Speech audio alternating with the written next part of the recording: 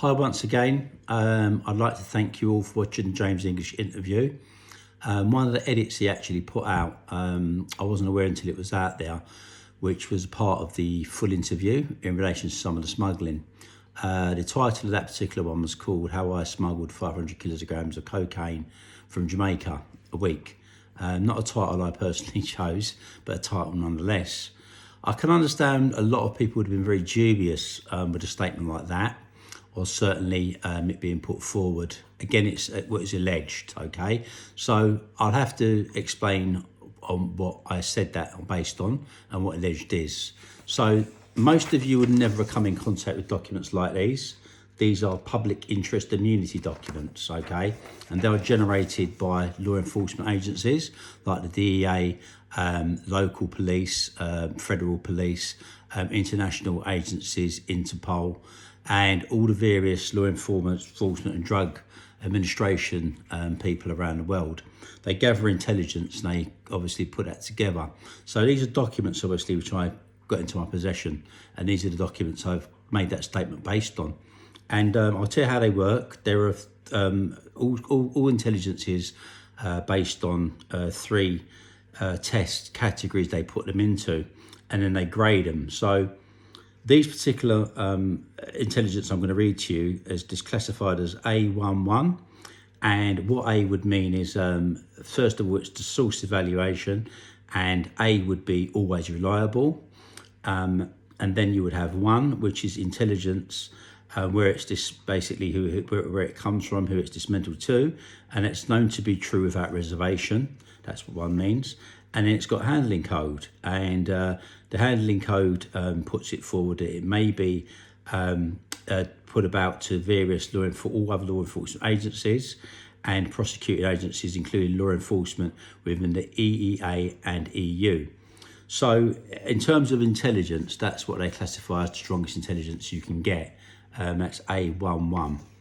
Now, this particular document reads, Operation Cookout is an investigation into large-scale drug trafficking. Intelligence indicates that the principal of this criminal organisation is conspiring with a subject of HMRC drugs investigation, codenamed Operation Cyprus, to import commercial quantities of cocaine into the UK from South America.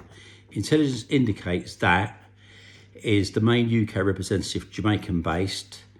In December 2004, approximately 600 kilograms of cocaine concealed in a consignment of coconuts was seized by HMRC in London Fruit and Veg Market. In early January 2005, a further seizure of 50 kilos of cocaine concealed in a consignment of pineapples was made.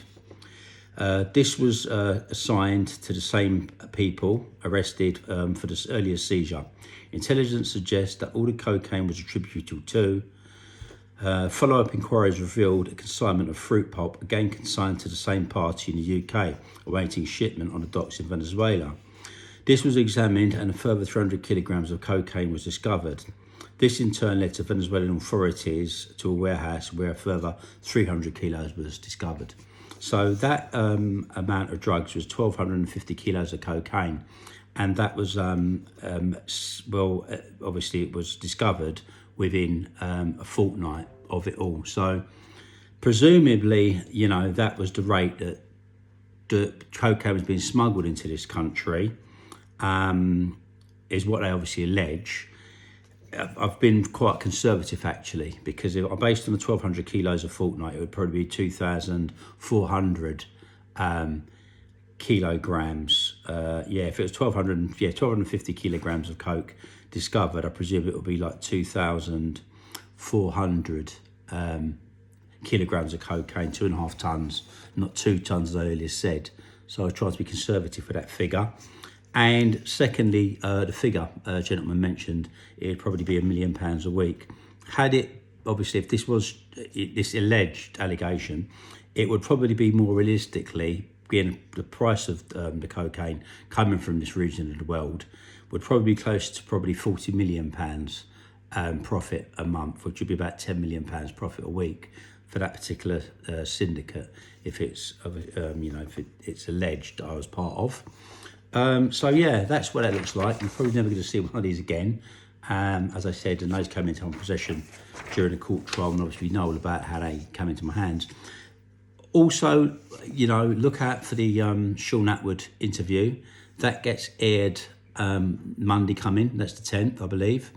That's a great interview. It's nearly 4 hours, and you get lots of interesting stories and descriptions of things in my life. But what I will say is, I don't want this to be glorified and looked at as glamorous, and it isn't a road on any one person's take, And the reason why I'm actually putting this out there is to let you know, obviously, when people put things out, a lot of people make stuff up, and they sort of, do generally talk a lot of stuff to big themselves up. I'm not trying to do that, I'm not trying to send that message. What I'm just trying to say is, what I'm saying to you is based on what the police, customs and all law enforcement agencies around the world believed was actual fact.